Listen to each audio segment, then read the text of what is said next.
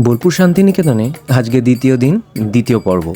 আজকে দোল পূর্ণিমা, ঘোরাঘুরির থেকে বেশি দোল খেলাই। সকালে ব্রেকফাস্ট সেরে নিয়েই হোটেলেই আমরা নিজেদের মধ্যে বেশ কিছুক্ষণ রং খেললাম। আর রং খেলা মানে এখানে শুধুই আবির, জল রং বা ওই জাতীয় কিছুর কোনো ব্যাপার নেই। তো রিসর্ট থেকেই এক থালা আবির ওরা রেখে দিয়েছিল ইভেন্ট ওয়ালের সামনে গেস্টদের খেলার জন্য।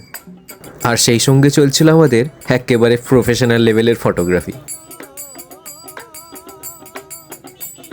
আর রিসর্টটাও খুবই সুন্দর, বেশ বড় এরিয়া আর চারদিকে ফুল দিয়ে সাজানো। খাওয়া দাওয়া ভালো আর রুমগুলো বেশ সুন্দর। রিসর্টের ইনফরমেশন ডেসক্রিপশনে দেওয়া রইল। দোলের দিনে এখানে কিন্তু ট্রাফিক ভীষণ স্ট্রিক্ট। ইনফ্যাক্ট প্রাইভেট গাড়ি নিয়ে চলাচলও অ্যালাউ করে না। তাই লোকালি অ্যাভেলেবেল একটা ছোট্ট টোটো নিয়ে আমরা চলে আসলাম আমাদের ছোট নদীতে। কোপাই নদীর তীরে বসেছিল একটা ছোট্ট মেলা আর এক ফালি জনসমাবেশ। সবাই যে যার দলে দলে নিজেদের মধ্যেই রং খেলে যাচ্ছে বা ছবি তুলে যাচ্ছে। আমরাও ব্যতিক্রম নয়। গরমে তেতে পুড়ে একটা করে ডাব খেয়ে লোকসঙ্গীতের তালে পারফর্মারদের সঙ্গে একটু নেচেও নিলুম।